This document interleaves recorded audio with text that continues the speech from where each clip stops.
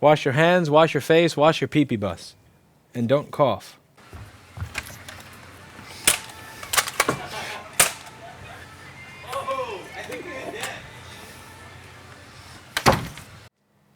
Hey everybody, how's it going? So today we have an A1707 in front of us that has liquid damage and is not turning on. Let's open this thing up and see if we can figure out what's wrong with it and make it work again.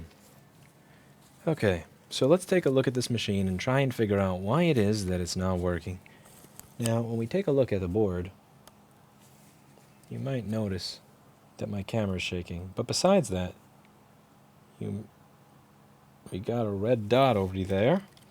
Now the first thing I'm interested in doing here is trying to see how much power it's taking. What is this computer doing? So we're going to unplug the battery, plug in the charger with a USB-C amp meter attached, and see what it takes.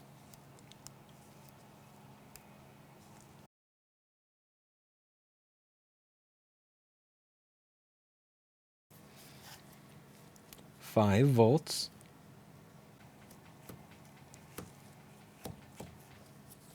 19.5 volts at 3 amps. This seems to be a recurring theme. This 360 mil. God damn. Customers stop doxing themselves there. Yeah. 360 milliamps, but not doing anything. No image on the screen. And the other thing is when you see 360 milliamps and it's static, that means that there's usually a short circuit somewhere, or that the CPU itself is dead, because you would usually see fluctuations. You know, it's not going to use the exact same amount of power to do these different complex tasks where it's stopping, starting, stopping, starting, stopping, starting. You have millions of little transistors all firing off at once. They're not going to take a static amount of power. So this is not this is a brain dead machine. So the first thing I'm kind of interested in seeing is if we have a short circuit on the good old fashioned pee-pee bus.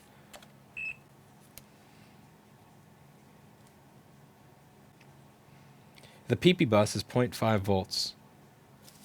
Now we're going to see if we have a short circuit on the pee-pee bus.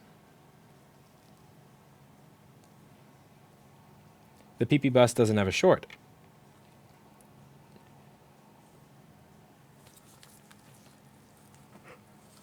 So the pee-pee bus is missing, but there's no short circuit. That's really interesting. That doesn't happen very often on these when it's taking 350 milliamps. So let's get the board out of the casing and see if we can figure out what's wrong with the MacBook. Sonny's here. Sonny, do you think de Blasio's going to shut everybody down? My money is on them shutting down the tunnel to Paul's house within 2 weeks. Yeah, then he's going to have to buffang here. Poor fuck. Oh, man. You all excited to see Paul show up here on a buffang? Take the George Washington Bridge. Oh, man.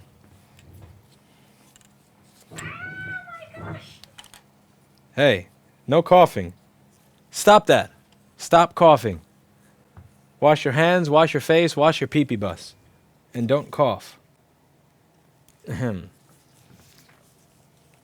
Alright, so when everything's unplugged, do we get any different behavior? This is the board by itself. I see...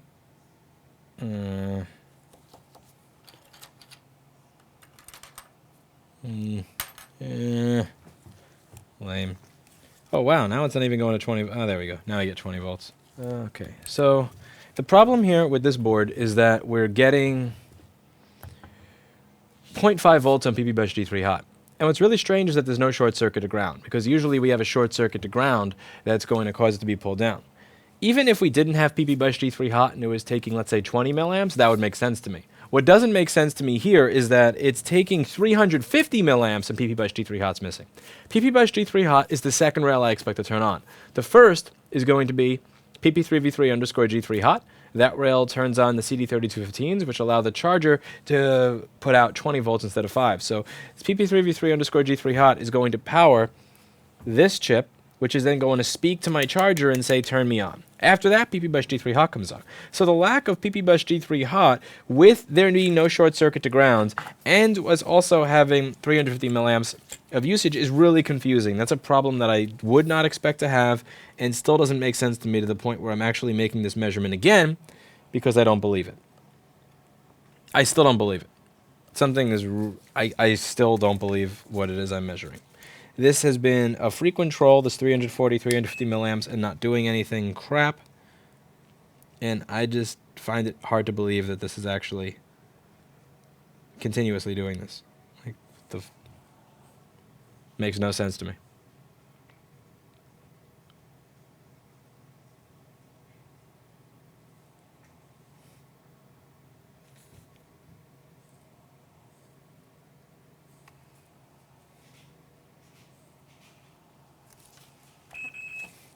And that is 20 volts coming in.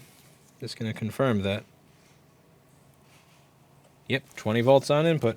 So now we're just going to search around the board and see if we can find anything that looks obviously screwed up and see if we can make this work again. All right, ready? Microscope camera on, shaking camera on. So that's the ISL 9239 chip. That's going to create our PP Bus G3 hot.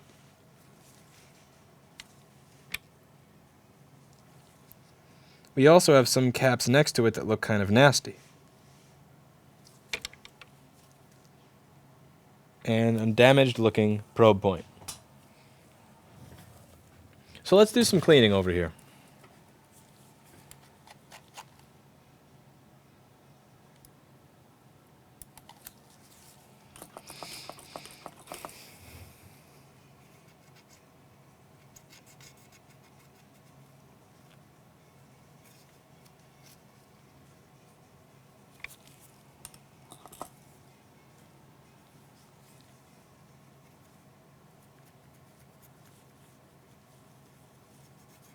Now you also have a lot of really nasty probe points over here, and this is also where the Q-tip stuff is starting to stick. So that's how, yeah, this is a sticky area.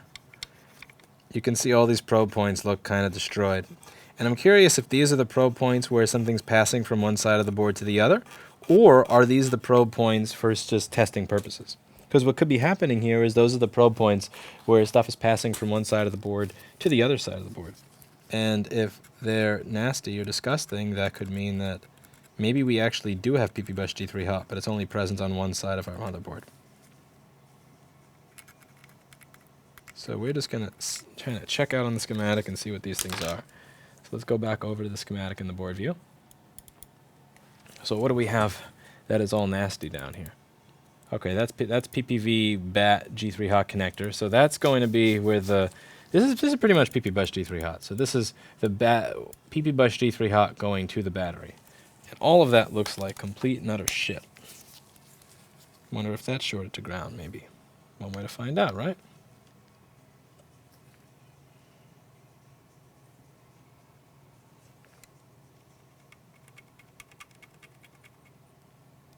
Nope, not shorted to ground.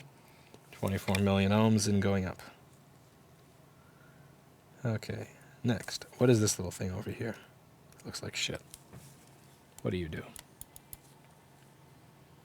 You're a diode that goes between the two battery data lines. Now that battery data line is going to speak to our ISL 9239, which creates PP Bus G3 hot, right? So that chip over here, battery charger, it's actually an ISL 9239. Apple was drunk when they wrote the schematic, so ignore that. But that diode is going to go between these two data lines over here. So if these two data lines are shorted, my question is, does that battery charger still create the PP Bus G3 hot? I don't think it would. I think if you short those data lines, it's going to go down. I don't think it's going to go down that much. On older MacBooks, it would only go down by a little bit. You know, you go down by something negligible, like from 12.56 to 12.23. Maybe it goes down more here. So let's see what happens if I just kind of re-hot that area. Because I think what happened is that we got corrosion near the ISL 9239, and as a result of it, the ISL 9239 died, and it's just taking up amperage, but without actually creating anything. So even though the corrosion is not on the ISL 9239, I think that the ISL 9239 may be damaged. It's a very, very, very sissy chip. So let's see what happens.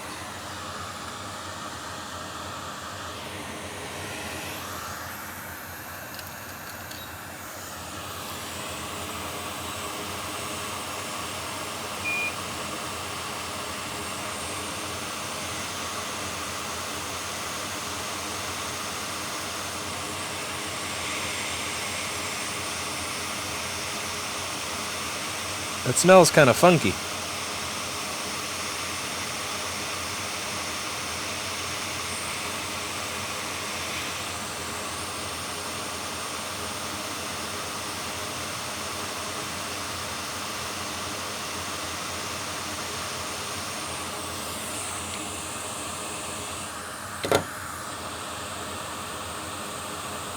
That was our old ISO 9239. Now I'm going to clean the board area and then get a new ISO 9239 from store.rossmangroup.com and solder that onto the board and see if it then works.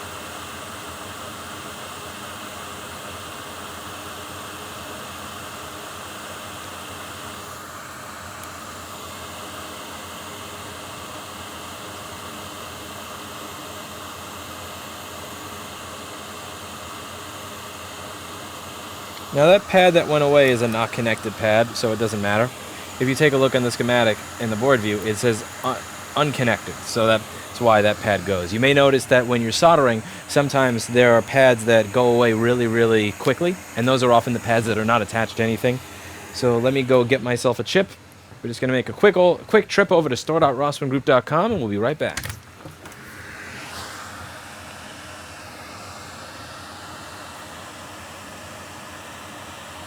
You want your son home, keep him home.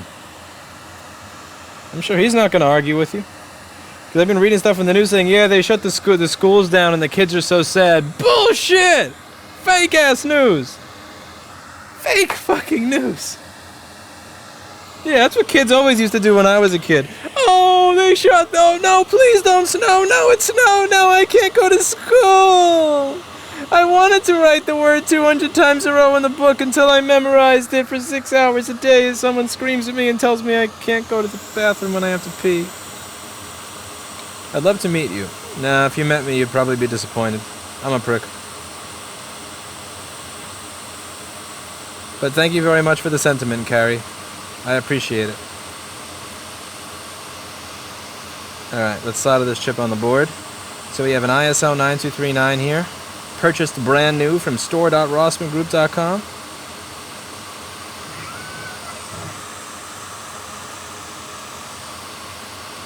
It's not getting up to Zoom, it's workout. Well, the gyms are supposed to be closed, so if you consider that a workout, then I'm going to have to close. And oh my god, if I have to close, the customers are going to just cut my balls off and feed them to me. Thank you, Carrie. Thank you very much. But yeah, like I am gonna have they're gonna hand me my balls in a platter. If I'm forced to close the store or people can't come to work, there's gonna be like 500 customers, one-starring, screaming. It's gonna be something else. So we gotta wait for that to dry. So while we're waiting for that to dry, the thing is, I'm not really sure what I should do while I'm waiting for that to dry, but I think I have an idea of how I'm gonna spend my time. I have a mild idea of how it is I'm going to spend.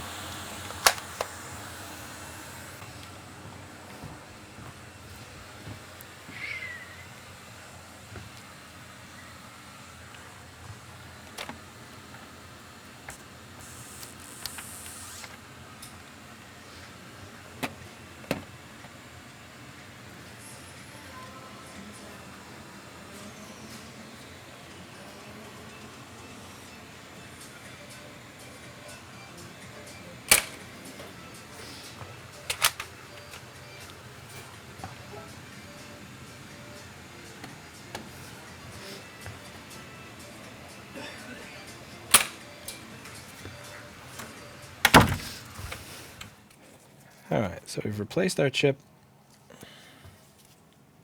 Still with that 300 milliamp shit. Ooh, 290 milliamps. 1 amp! Bada bing, bada boom, it's turning on! Look at that, folks! Is that not a fixed MacBook or is that not a fixed MacBook? Who you calling non-essential service now? Essential. We took PP-Bush G3 Hot that was 0.5 volts and turned it back into 13 volts. Measure this. Measure this, de Blasio. Is this not an essential fucking service? Look at that. Look at that. PP-Bush G3 Hot, 12.58 volts. Who are you calling non-essential? No, but seriously. So, this board had corrosion on several areas that were not the chip that was bad. The capacitors that actually had liquid on them are fine, whereas the ISL 9239 that was next to it was bad. This is very interesting because we had no short circuit on PP-BUSH G3 hot, but it was still taking 350 milliamps, which is crazy because if it's taking 350 milliamps, that tends to imply a short circuit. And the only lines that would have taken that much amperage are the DC in, which it wasn't because it was 20 volts, and PP-BUSH G3 hot, which was 0.6 volts with millions of ohms to ground. So that's really, really strange. But the way that I tried to figure this out was, A, what's wrong? What's wrong is that PP-BUSH G3 hot is missing. And B, what's corroded? What's corroded was not the chip that creates PP-BUSH G3 hot. It was literally what was right next door, which was perfectly fine. The caps that were right next to the chip, if you take a look at this, the caps that were right over here had liquid on them, and these were fine. This chip that had no liquid on it was dead. So PP-BUSH G3 hot is missing. I have corrosion here. PP-BUSH G3 hot is created by this. So it's not a large leap to go from here to there. And we replaced that chip, and then it worked again. And one thing to keep in mind is that if you are looking for an ISL 9239 chip and you're not quite sure where to get it, then look no further than store.rossmangroup.com. Google ISL 9239. And the first result on Google, store.rossmangroup.com. Still in stock today at our Essential store, providing an essential service. Essential. And if you take a look for what shows up for the newer machines, if I had a 2019 MacBook Pro with this exact same problem, the customer would be kind of screwed. Because if you take a look, my gosh! If you take a look, can't buy it anywhere. Can't buy it. Like literally the only places you can find an ISL 9240 is you could find threads where people are referring to videos I've made saying it's not available. That's me. Like that's it. That's it.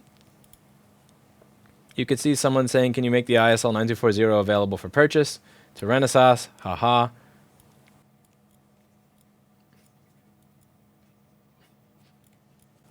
Doesn't exist. So what do you do if you have a newer machine and this happens? I'll tell you. I have to buy a $129 battery charging case from Apple. Then I have to take the chip out of it, reball it, and put it here. Then, when that's done, I have a useless battery charging case that was $129. Now, I would never suggest that what people do to get this ISL 9240 chip, because Apple has made it a point to ensure that it's not available anywhere, I would never suggest that they purchase iPhone XR battery charging cases, remove the chip, and then return it saying it's broken. Because even though that would teach Apple a lesson, that would be immoral, unethical, and wrong. So don't do that, because someone emailed me saying, Lewis, the way that you could probably get around this, and I got this email this morning, was if you buy the iPhone XR charging case, which does have the ISL 9240 in it, you could just buy this case from Apple or Amazon, and then just every time you need one, and then return them saying it doesn't work after you remove the ISL 9240. That's wrong, that's immoral, that's unethical, and I'm not going to do that. Even though that would teach them a lesson if, let's say, tens of thousands of people started doing that. I'm hoping that the lesson can be taught through culture and through legislature. All I want is to be able to buy that chip. Gotta say, I have a lot of these battery cases now.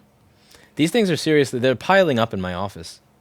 And it's such a fucking waste, too. It really is. It's a serious waste that this thing over here, every time I need to do this repair now, I need to fucking buy a battery charging case that has an ISL 9240 inside of it. Disassemble that thing. Take the ISL 9240 off of the board, reball it, and then put it on here. And then this iPhone XR smart battery case, all the electronics inside of it, the PC board, the battery, all of that crap is just sitting there, going to waste. It's so inefficient. Just allow people to buy the chip. It's no big deal. We just want to be able to charge our laptops again and get their... Is it that? Anyway, That's it for today. And as always, I hope you learned something.